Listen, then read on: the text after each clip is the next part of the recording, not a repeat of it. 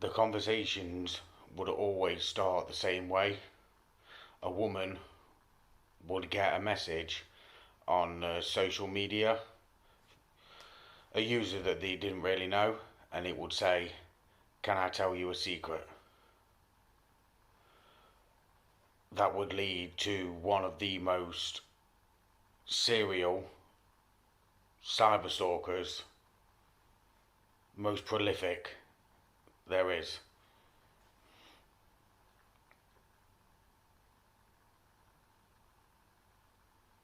Hello, welcome back to True Crime with Liam. I'm your host, Liam. Now today we are doing the it's a massive it spreads over 10 years of cyber stalking. It's a case of Matthew Hardy. You might have seen the Netflix documentary called Can I Tell You a Secret? So, without further ado, let's get into it. It'd just be a normal day for people, and then they get a message from a social media user who they don't know, and it would say, "Can I tell you a secret?" They'd never actually reveal a secret, really. They wouldn't reveal anything. They'd say some things, but there'd be like multiple secrets that would be involved. So you'd end up with, "Can I tell you a secret?" And then there was always like quite nice, like the conversations would be a bit friendly to start off with, and then they'd just drop it in, and then they'd say that they've got information about the woman who has received the message, just saying that they know all about their life, they know about their friends, their family, partners, you name it. It's just crazy, absolutely crazy how it will go. And then the victim, the person who's got the message, this person would say that, "Oh, your partner is cheating on you," or they'd say, "A friend of yours is talking behind your back."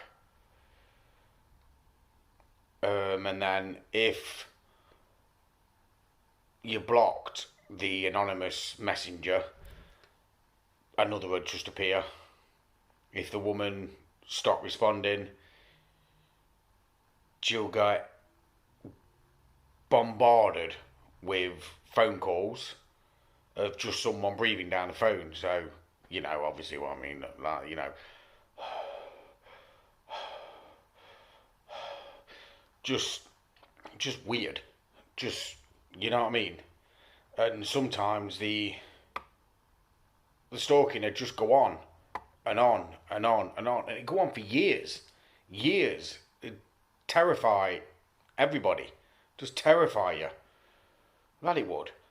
They'd be saying all sorts. They'd spread lies about the victim's friends, family, work colleagues. They'd say that even to one woman, they said that she was having an affair with her own boss, or even having an affair with her stepdad. The stalker would hack into the victim's social media accounts, create fake accounts in her name, the profile, fake profiles in her name, would pose as the victim to have sexually explicit conversations with obviously other people. The stalker would even send stolen intimate photographs of the victim as well. It's, you know, victims, they lost they lost friends, they lost family members, they lost relationships, they lost job opportunities. I mean, one of the stalker's victims um, slept with a baseball bat in her hand. You know what I mean? Like lying in bed with a baseball bat. Another one kept a samurai sword beside a bed. I mean, some of the victims end up being diagnosed with depression and anxiety, and they had to have medication. And no one except the stalker knows fully how many victims that they had. Um, we know of some of them who's come forward. I mean, probably some ain't even come forward. You know what I mean? Um, so yeah, it's crazy. It's absolutely crazy. Um, know roughly about 10 or so, something like that. But and those each knew of another half a dozen to a dozen women who have been targeted. Um, PC Kevin Anderson of Cheshire Constabulary, he, I mean, he says we're going to have hundreds of victims, hundreds of them. Obviously, the person who was responsible for all of this heinous stuff is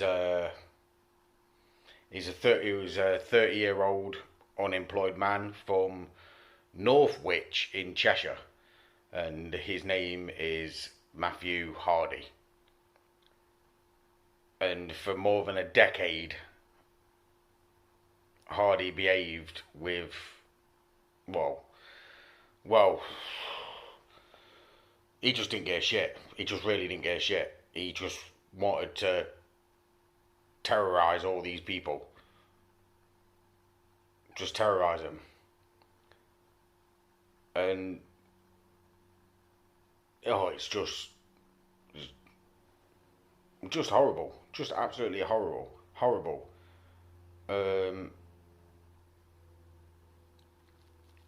You hear like names like Zoe Jade Hallam, who was a 31-year-old model.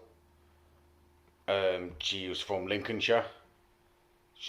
She obviously was a victim of Hardy stalking. The Cheshire Constabulary was contacted, right, about Hardy more than 100 times by 62 victims over an 11-year period.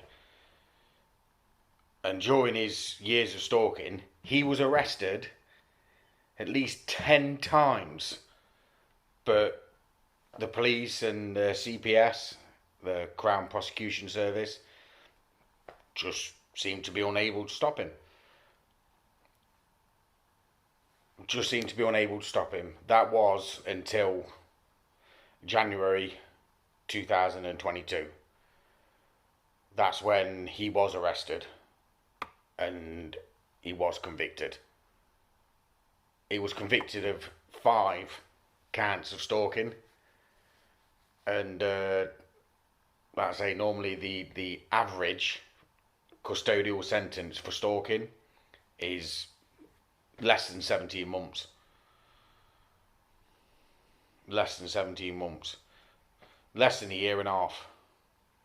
You know what I mean? So, I mean, he got more than that. I'll get to that in a bit, but he did get more than that. He really did. He got a considerable amount more than that. Well, so he fucking should, you know what I mean? You know what I mean? So let's go back and have a look at Matthew Hardy, shall we? I mean, they say that he didn't. People who knew him at school and what have you said that he didn't really have a good time at school in Northwich. Um, there was someone who went to his school, a 30-year-old HR worker, went to school with him. She now lives in Cornwall. Um, and she was in his class in the early noughties, early 2000s. Said he was bullied. People thought he was strange, he was a bit weird.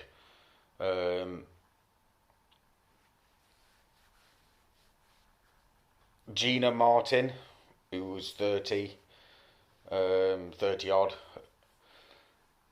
She's a women's rights campaigner in London. She was another schoolmate of his. She says that she recalls actually feeling sorry for him at school.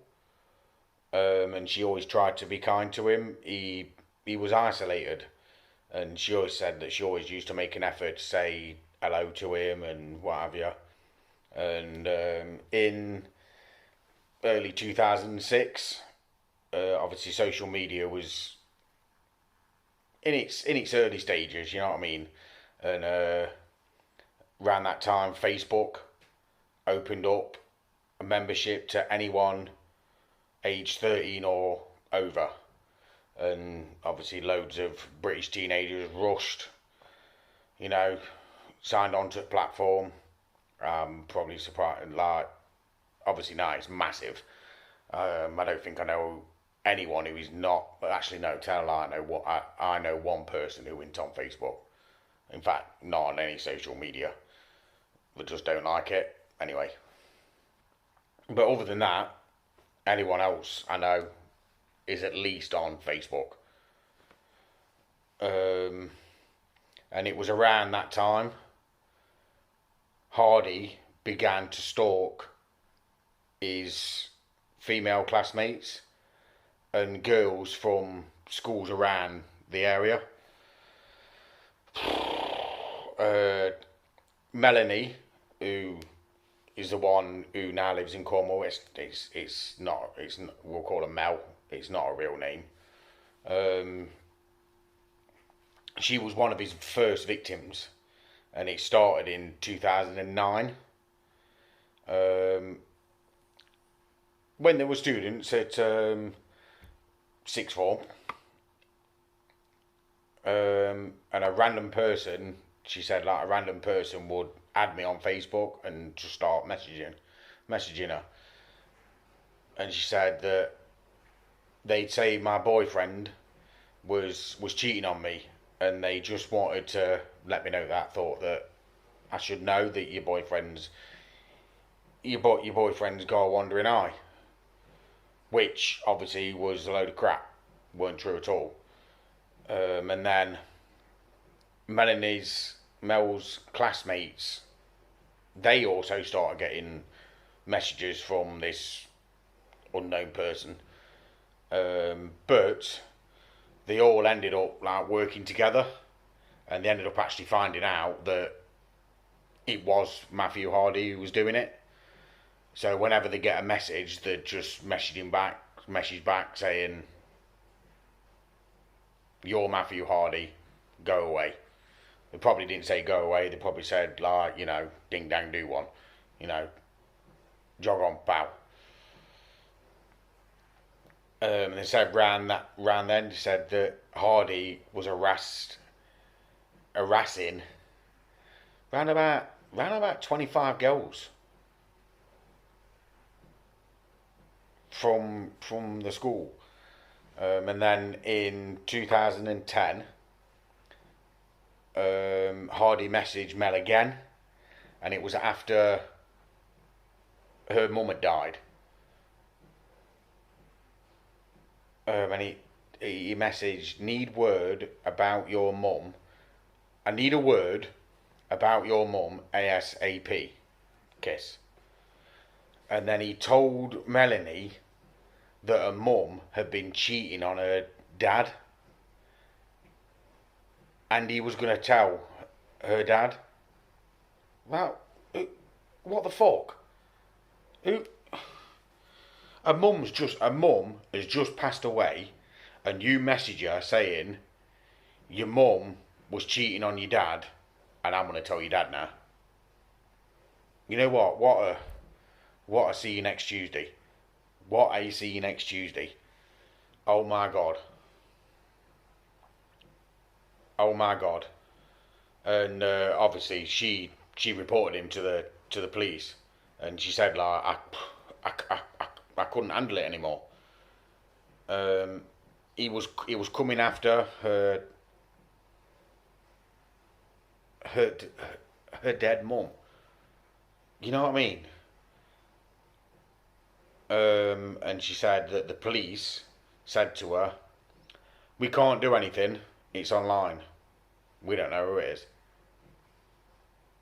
We have no idea who it is. We can't do it. Can't prove it." And then Amy Bailey, she was another pupil from Northwich. She was 16 when Hardy began stalking her, and that was around 2011. He called her 50 times a day. 50 times a day. I mean, this lad's got too much fucking time on his hands, that he has. Calling this poor gal 50 times a day. Amy, she was a admin worker, and she now lives just a few miles out of the town of Northwich, sorry. At the time, she worked in a garage in Northwich. Hardy, he'd text her, telling her what she was doing. So, like, one time he said he saw me washing a car. Another time, he commented on the colour of the top that she was wearing. And she goes, I just went in and just started crying. You know what I mean? She reported him to Cheshire Constabulary, who at first told her to delete her Facebook account and block his number. That's it. Just delete your Facebook, no longer use Facebook, and block his number. That's it. Well, but it just seemed like the Cheshire Constabulary didn't take at least one victim seriously. No, sorry, they did appear to take one victim seriously. And in October 2011, Matthew Hardy pleaded guilty to hacking and harassing a former classmate, Samantha Boniface. I think that's how you say it. He'd hacked a Facebook account and impersonated her online. And on one occasion, Samantha had been approached by a member of the public who had asked if she was the girl who had been talking dirty to him. So this random bloke who she don't know has come up to her and said, "Are you that girl who's been talking dirty to me over social media?" And Matthew Hardy, for doing that, he received a restraining order, a suspended prison sentence, and 250 hours of community service. It didn't really do out. You know what I mean? It didn't. It scarcely seemed to bother Hardy. He wasn't bothered. And then in 2013, he acquired a new victim, and her name was Gina Martin. She was another former classmate of his. He'd set up profiles pretending to be her. Every single day, I would wake up to messages from people saying, "Is this you? This person just added me." She realised that it was Matthew Hardy was responsible to speaking with former classmates of hers. and comparing that the messages. Gina grew up. No, sorry, Gina grew to dread visiting her parents' house in Northwich, because she said she knew that he only lived about 5 minutes away from there. When I walked places on my own, she'd like put a hat on and a hood up, to try and hide away. She was scared of him. She was scared of him. And then obviously Bailey as well. She was unraveling. She says like I'm going insane. I'm losing the. I lost the plot. Like she said, I went crazy. I accused someone at work of being the stalker. She accused someone at her own work of being the stalker.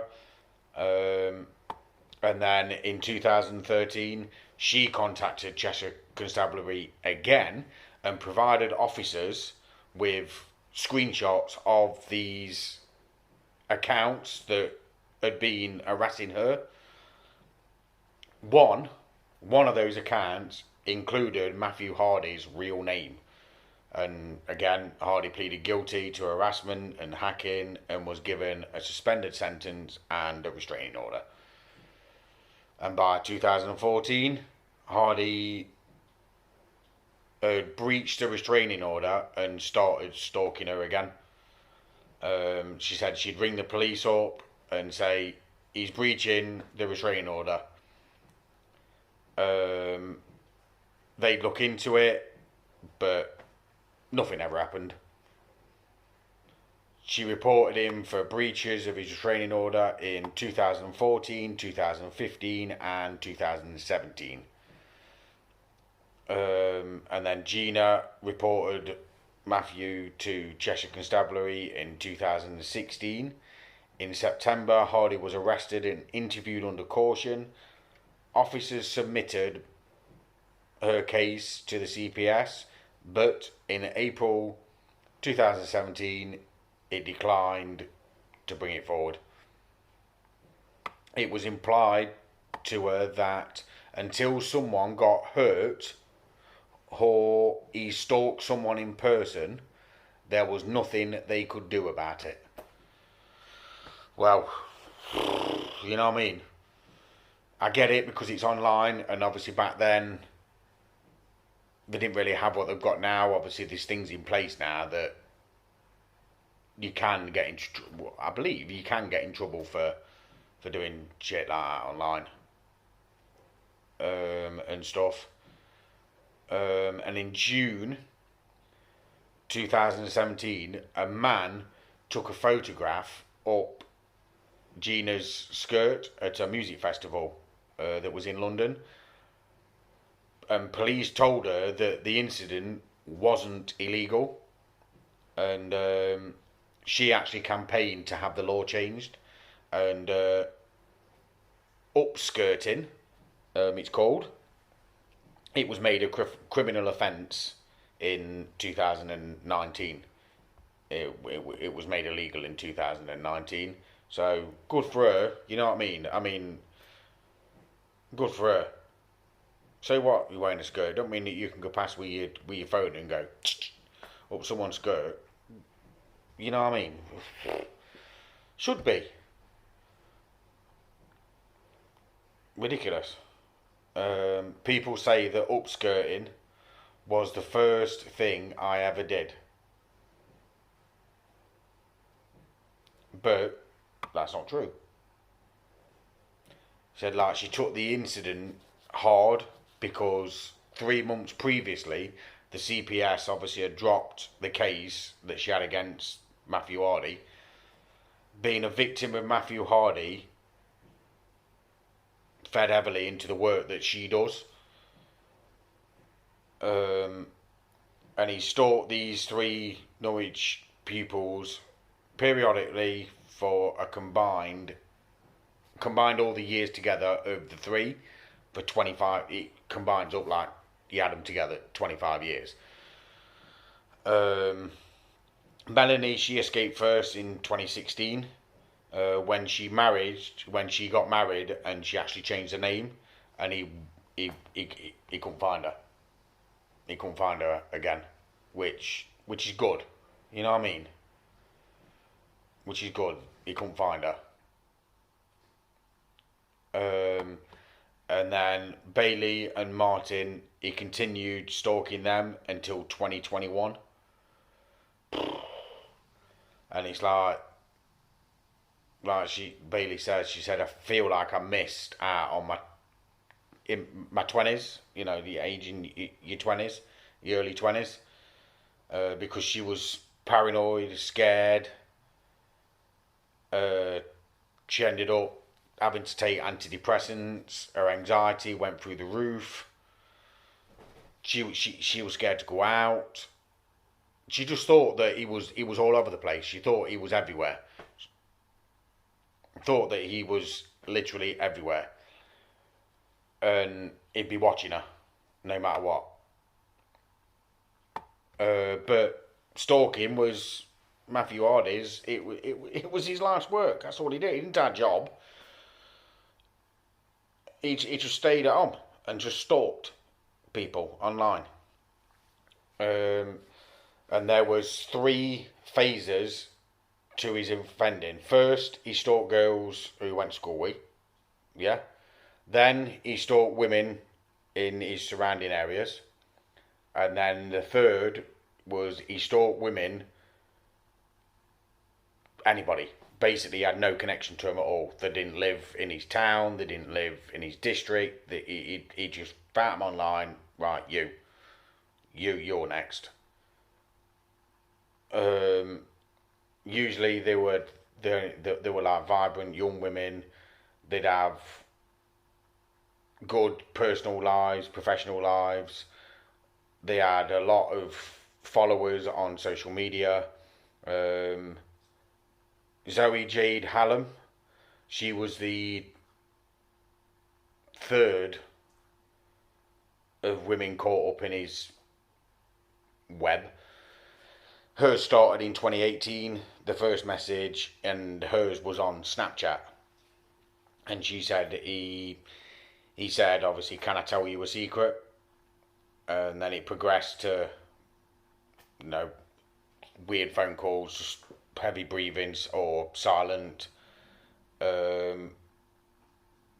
When she cried on these calls from just stress and fear, and he would message her afterwards,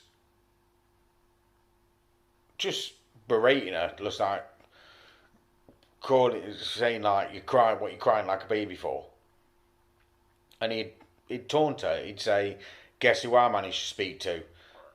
About 50 people, even some of your family's fellas. Bet your arse now." You know what I mean? Like when she wouldn't talk to him and stuff. He pretended to be her partner's father online, and he'd initiate inappropriate conversations with teenage girls from a fake account. So he'd pretend to be her dad, create a fake account as her dad, and have inappropriate conversations with teenage girls. Her boyfriend's dad was a doctor, and it damaged his professional reputation. And she felt like it was her fault, that she was to blame. You know what I mean? It really damaged him. It obviously damaged her. And it was her who she feels like it was her fault, because through her, Matthew was able to get to them. So you know what I mean. But it wasn't her fault. It wasn't her fault. Oh, it was Matthew's fault because he's a twat. End of the day. But it was a common theme with all Matthew's Hardy's victims, who were sometimes blamed for the harassment. He ruined people's relationships. There was a 22-year-old dancer. She was from Brighton. Her name was Abby Furness. because people would associate her with the drama. So they thought that she was causing it. But it wasn't her. But her name was on everything. So obviously it must be her. You know what I mean? He began stalking her in 2019. He impersonated her online and tried to initiate a sexual conversation with one of her colleagues. He managed to get hold of intimate photos of her and he sent them to her boss. You know what I mean? What a dick. You know, worst of all, he sabotaged her relationship with a boyfriend. You know, he's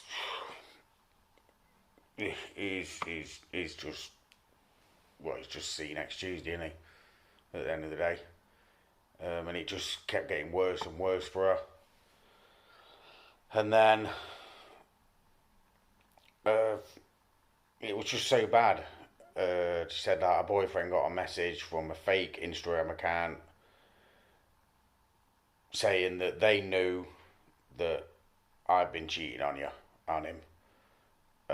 Said he gave a relationship trust issues and they ended up breaking up a month after him receiving that message.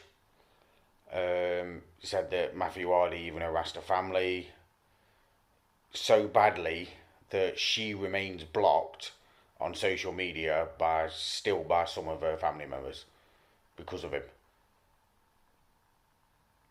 She just said that she just kept thinking that he'd stop, he'd like get bored and just pack the fuck up, but he didn't. It just kept getting worse and worse, and he'd contact more and more people, and she lost friends over it, and it just made her more and more paranoid. She began to suspect that it must be someone in my life. It must be like a close friend. It must be a boyfriend. She developed anxiety. She developed depression. She reported the harassment to Lincolnshire Police in April 2019. She was just petrified to breaking point of it. She slept with a samurai sword by her bed because she lived alone. And she was just scared someone was going to come in. Obviously, she didn't know who it was at the time. She didn't know it was this prat, Matthew Hardy, doing it. She was terrified. She gave the police Matthew Hardy's number, the number that he'd ring her on and message her on and that, and they said, and asked them if they'd trace it, and they said, no, we can't trace it. We only do that for high profile cases. This is a high profile case. We only do that for, like, rape cases or murder cases.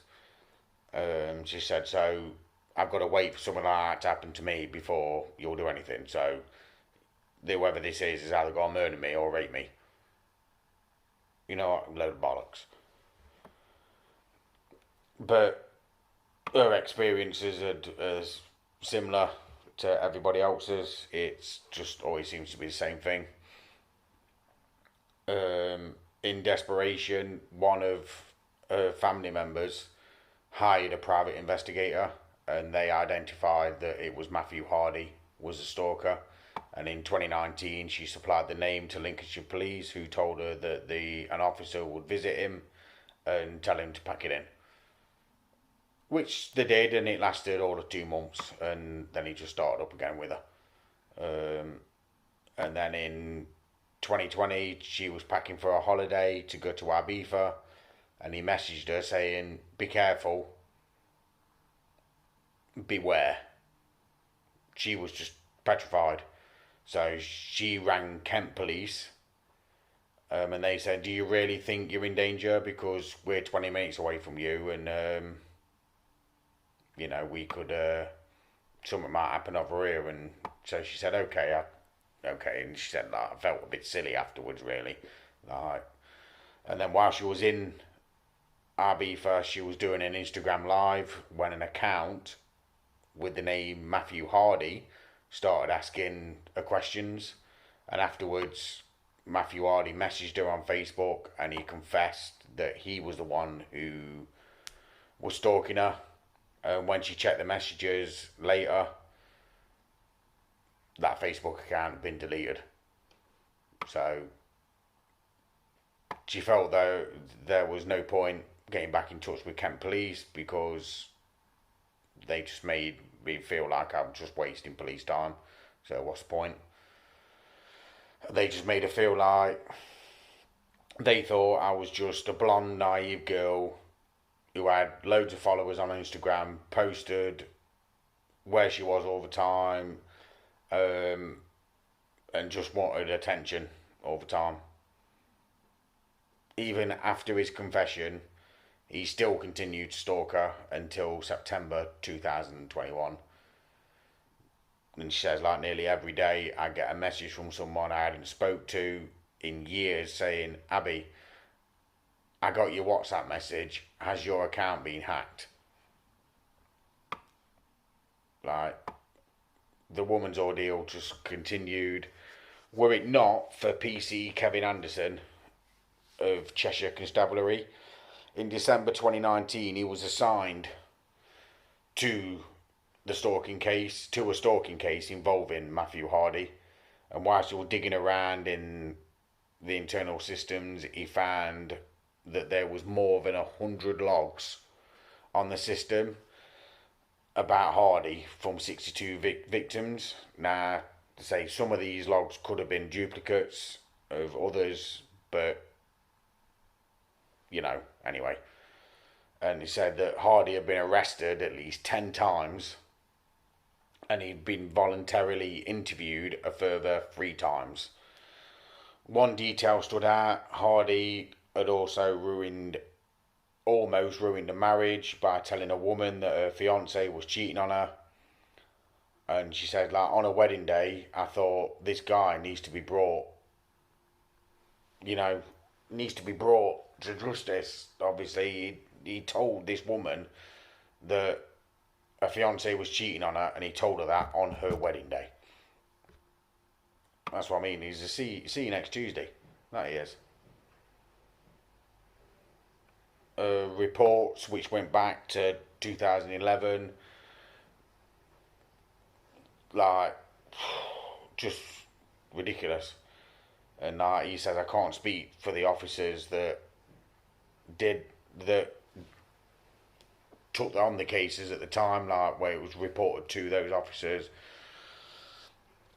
But maybe people just didn't understand back then, like how much the victims were in problem. He contacted all the officers with active cases on him, on Hardy, and arranged for them to be transferred to him.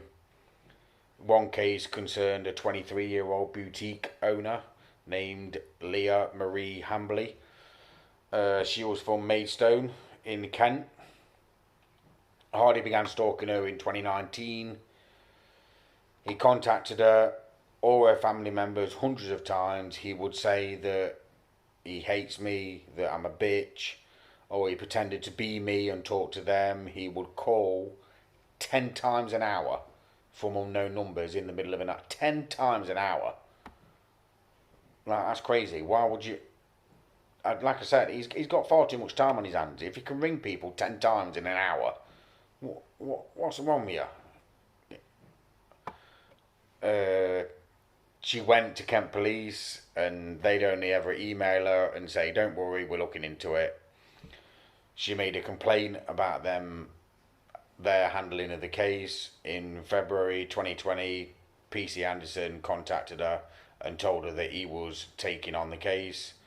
And she just said that the relief of everything, going through it all, was amazing. She says, like, I'm here to listen, help you, and that's all she wanted to hear. That was it.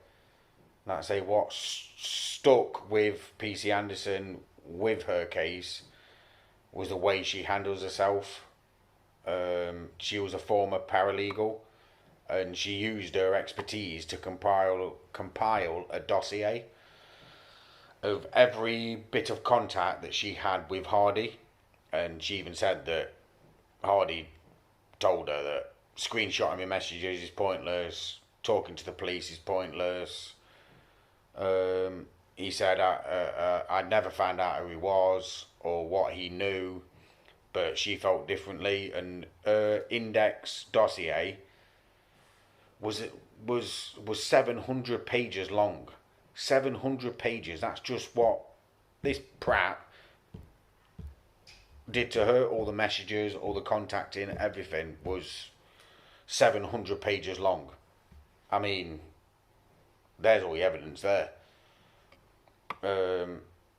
By now, the Hardy case, it just took over PC Anderson's life. Like, he just weren't going to stop till he got his prat. He said, like, he'd lie awake at night, like, have I read that correctly? Have I done this correctly? Have I tamed all the phone numbers that we've got? You know, just so I can make sure that I can get a conviction. All these people have put faith and trust in me. And PC Anderson had 5 of the victims on the indictment and a further 4 scheduled to. So that meaning like the judge would take them 4 into consideration when sentencing Matthew Hardy, if he's found guilty anyway.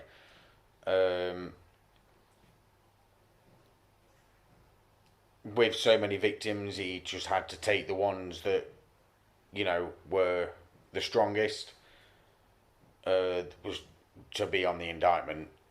But he contacted other victims and asked them if they would like to support the case by providing evidence for the court to consider. In all, PC Anderson collected more than 100 incidents from 62 victims, which he used to show Hardy's bad character in court. When Hardy was arrested in February 2020, he denied everything. No, it's not me. No, it weren't me. No, you're lying. Weren't me. I ain't done that. Don't even own a computer. Weren't me. Even after he was charged in March 2021, he carried on stalking. He'd just been charged with stalking, and he just carries on. This woman's grandmother, she died of COVID in 2020, and the following year, she received a message from a profile pretending to be her dead grandmother. I mean, what a fucking bastard. The message said, "Hello, Gina." She says that she was just crying her eyes out, and she knew it was him. She knew it was that twat who'd done it. I mean, why do that? Why create a fake account of a woman's dead grandmother who died a year ago and do that? Just a fucking idiot. During that time as well, he even found time to get new victims. He began stalking a woman named Jill. She was a probation officer, and she lived in Manchester. That was in June 2021. He impersonated a young female relative of Jill online and attempted to initiate a sexual relationship with Jill's husband, who's one of Jill's female relatives. She contacted Greater Manchester Police, but she says they didn't do no. The stalking left her paranoid that she slept in bed with a baseball bat in one hand and her phone in the other. Eventually, one of Jill's relatives put the phone number in a prank caller website that can, you know, where you get what's it calls and that. And they saw that that number had been looked up 349 times, and 6 users had actually left comments like saying, "Message family members trying to ruin relationships / start incestuous relationships." One user wrote, "His name is Matthew Hardy, and he's been doing this for years." Jill spoke with Cheshire Constabulary, who used her case as supporting evidence. And in October 2021, Matthew Hardy pled guilty to stalking, involving fear of violence and harassment in in Chester Crown Court, and in January 2022 he had his sentencing, and like I said, most stalking cases don't get a custodial sentence, and if they do, it's never really more than 17 months in jail. This chap, he was sentenced to 9 years in prison. 9 years. And it's believed to be the longest sentence for stalking in British court. For stalking, ever, in British court. And he thinks it will never necessary. He wouldn't have stopped. He wouldn't have stopped. I mean, we knew he got charged for it, and then he went and carried on doing it. Anyway, so he definitely wouldn't have stopped. They just gave him a slap on the wrist. He'd have just carried on. He would. He'd have just carried on and carried on and carried on and carried on. And he got sentenced to 9 years. A lot of his victims and that obviously are petrified. They're petrified of unknown numbers ringing them because they think it's a stalker, because that's what they've been used to having. I mean, his defence barrier, Hardy's defence barrister, said that Hardy was autistic and he had learning difficulties and he had mental health problems. Now, that probably, more than likely, is true. But that's not a defence. That's not to say that you go and do all this over a span of 10 years. You do all this to all these people. We only know about 62 of them. There's probably hundreds of them who won't come forward. And he says that he wishes to have a full and happy life. She told the court he sees these people living their happy lives online and he tries to make a connection with them. Then there's a lot of rejection. I mean, other people have said that he probably stems back from his childhood days when he were at school, and people there rejected him. But you don't know. I mean, even now, stalking now it's obviously come a long way with it, and that online stalking is a crime. But now there's more ways you can do it. There's more things that you can do because virtually everything's going online now. You can do all sorts with it. I mean, there's those Apple lead AirTag things that you can use. I mean, you just go up to someone and you want to talk, pop it in their bag or wherever, and you can track them. You can track them on your phone. You can track them on your own phone. Samsung have got their own one. Google's got their own one. These little tag things. I mean, yes, they are made for you to, so you don't lose something. So if you lose your bag, you can track it, but someone else can get one and put it in your bag, and then they know where you are all the time. So yeah, technology is great, but obviously people can use it for the wrong reasons, and it just not be good. Just not be good. But obviously for now, Matthew Hardy can't do out. You know, got sentenced to 9 years. So hopefully when he comes out, that they keep an eye on him, and that they're like obviously saying to him, look, behave yourself. Don't be going online. Don't be doing that. Just fucking behave. So yes, but yes, if please leave a comment down below with if there's any true crime stories that you'd like me to do. I am open to suggestions. Please hit the like button. Please subscribe and hit the bell so you're notified every time we upload. And we'll see you again next time. Ta-ra.